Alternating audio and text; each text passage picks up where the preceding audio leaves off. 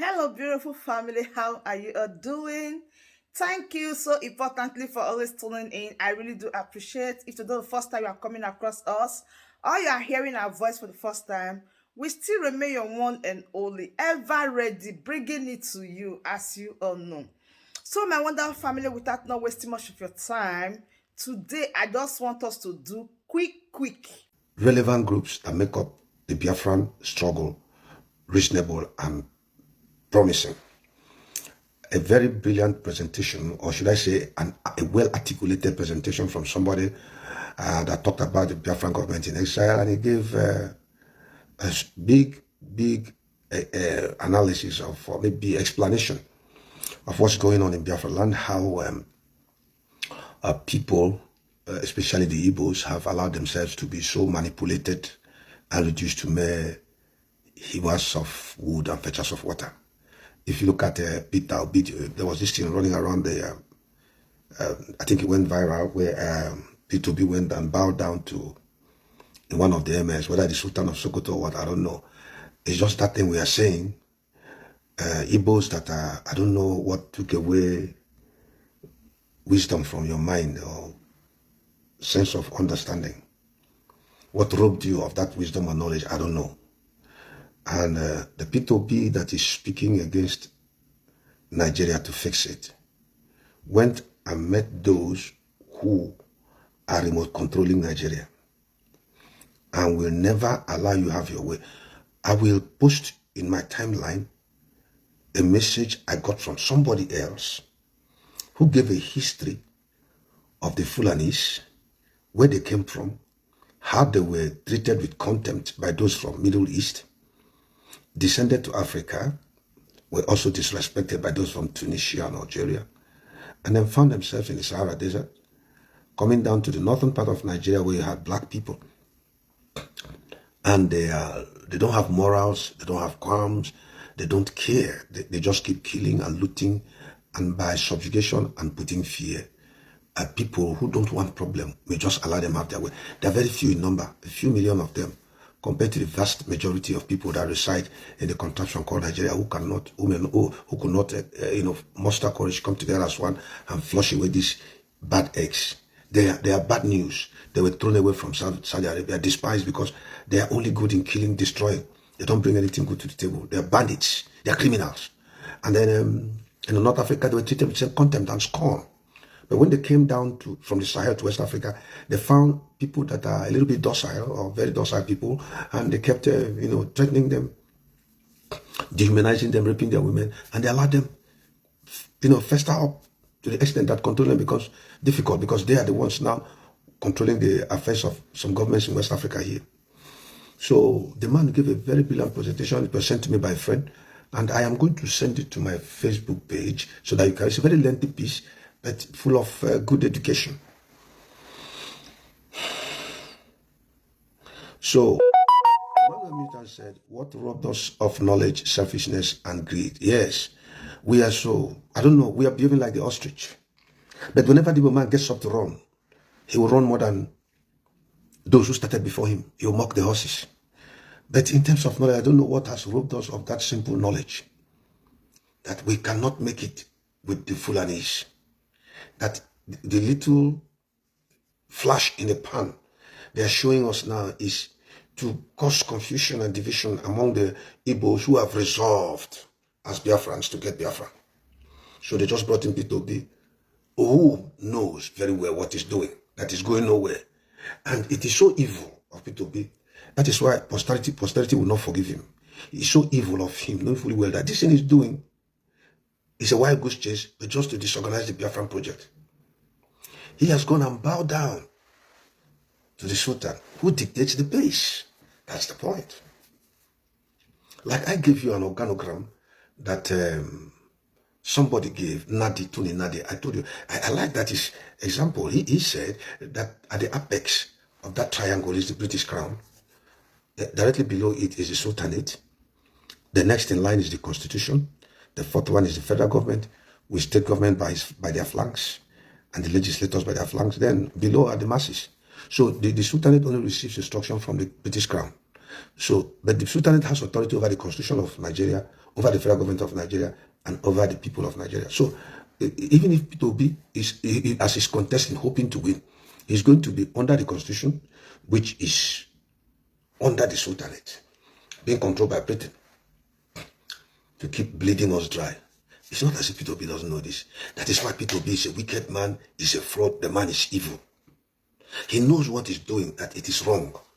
That the time has come for Biafra to materialize. But P2B has come to frustrate and truncate it. But he will fail. Why I'm saying it, because when the time comes, we will remember this iniquity that he has done against the Biafran people. It is on record. He went to bow down before that man. And it is there they dictate who will be the next president of Nigeria. So P2B didn't enter into this race because he knew he was going to win or had a chance. But it was to cause a kind of brawl, a brouhaha, stir up the dust, cause confusion, and then fizzle out and say it's not his fault, he did his best. That after all, a lot of Nigerians were there on Facebook backing him up or online, which is nonsense. That's why I keep saying that at the best of Igbo man's ability as an educated man, he will only qualify to be a servant of a Fulani man who is less educated. I know why I said that, and I keep saying it. Okay, then we have other problems that are coming up at this time when we are back getting Biafra. You know the other time when Onyendu's wife went to talk, and the last broadcast she made, the comments she made. You know, when she made one of those broadcasts, she made a comment that the husband is mentally and physically fitter than a lot of you outside here. Whether it was intended to be a mockery of our empathy, solidarity, and commitment to him, that, you know, for all your, you know, razzmatazz or brouhaha or, you know, fighting for my husband, at the end of the day, I'm the woman he communicates with, not you ladies who are dying on his behalf. Our ladies are not dying on his behalf. Our ladies are dying because the man represents the freedom of Biafra. And so when you hold him, you hold Biafra's freedom. And they see him as a savior, you know, in quote, not the biblical definition of savior, but savior let me say, in generic terms, that maybe has to do with family, a friend, you're in a problem, it comes to save you out of it. Something that has to do with relationship with people.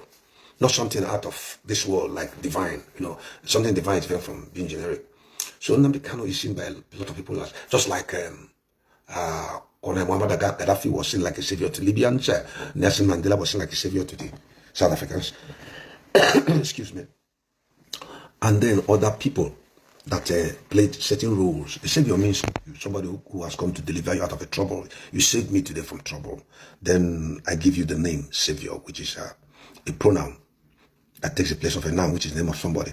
So Mazi Nnamdi Kanu is seen as such, not only by women, but by men too. And so if her comments were meant to mock or taunt our efforts, it was misfired. In fact, it really misfired, because when she made that comment, it had a lot of implications. And if you remember, I am not here to vilify or condemn her. I'm only just trying to remind you, if you remember, I told you people that when Mazi Nnamdi Kanu's wife made that comment, there were implications. Number one, she gave a clean record to the Nigerian government over the accusations they have from the international community that they have a poor human rights record. So she gave them a clean bill of health. For the whole world, we see Nnamdi Kanu being an arch enemy to the government of Nigeria, is still being treated nicely, and the witness, one who testifies to it, is no other person than the wife. Because if he was not being treated nicely, the wife would have shouted. If there's anybody that's going to lose, the more should be her. So when she said that he's okay, she was telling the international community that Nigerian government, DSS custody or dungeon, is a very hospitable place, at least for Nnamdi Kanu. That's number one. That's the implication. Then number two, it demonizes the IPOB, media pilot, autopilot, that are fighting for Nnamdi Kanu's release as making noise, just trying to stir up the honestness, just trying to make trouble. That the man is okay there, and that the Nigerian government is doing something better. So when we were talking, she was saying that we're making noise. We're just like noisemakers. Then number three, the next implication was this. It gave the Nigerian government an advantage that if Nnamdi Kanu should die now, they will not be accused of inhuman treatment meted on him. No, the wife said that he was doing fine. That means they were very hospitable. But possibly in the course of this being incarcerated, some of his illnesses may have come up. I must have died out of maybe natural causes or biological reasons or health reasons. Do you understand me? Those are the implications of marrying Nnamdi Kanu. It's a very, very, very terrible comment.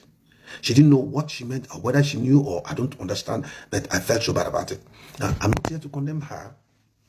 I'm condemning her speeches, the intent behind her speeches, because not many days after that, Barrister Joffo came out and said the man's life is in danger. So that automatically proved that Nnamdi Kanu's wife was wrong in her assessment of the husband's true position. So many questions begin to come up. Does she really care about the man's health? Was she really speaking on behalf of Nnamdi Kanu? What were her motives? Was that a very,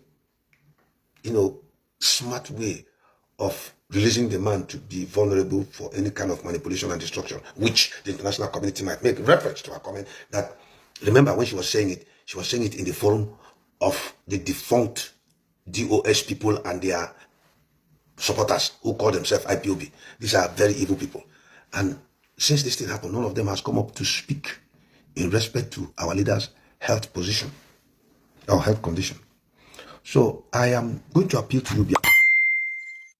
We have done what we are supposed to do. We have done what we are supposed to do. If you watch Simon Epa very well, he doesn't come out abusing the woman. He analyzes her mistakes, shows it to the whole world, and you now see the mistake she has done, that she's not in the right direction. She wasn't thinking right.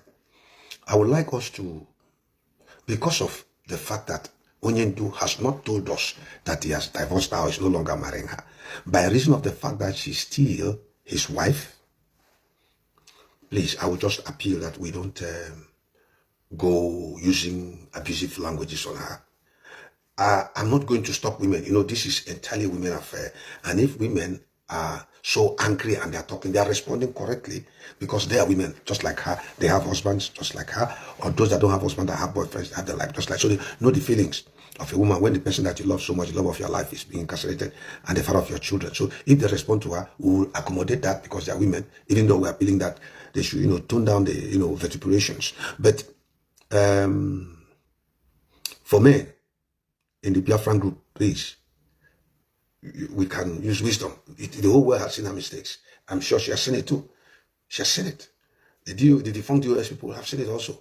So let's just look at it from that perspective and not go there to abuse her again. You can highlight those faults. You can make analysis, tell us implications, and make us know more, because the implications I've highlighted is not the only ones that are available or that should be known. So I don't claim knowledge of everything. So the little I've told you, we stand on that, or you can improve on it without making her, public ridicule or abusing her, because she is still Onyendo's wife. Wait until he comes out there, he'll make his decisions like Nelson Mandela did, okay? Yeah, that's right. My word, that brings us to the end of this beautiful update. Do where to like this video, share and subscribe. The best thing for you to do is to join this family by smashing on that red subscribe button that says subscribe and turn on the bell icon for more latest updates. See you when I see you. From me to you, I say bye.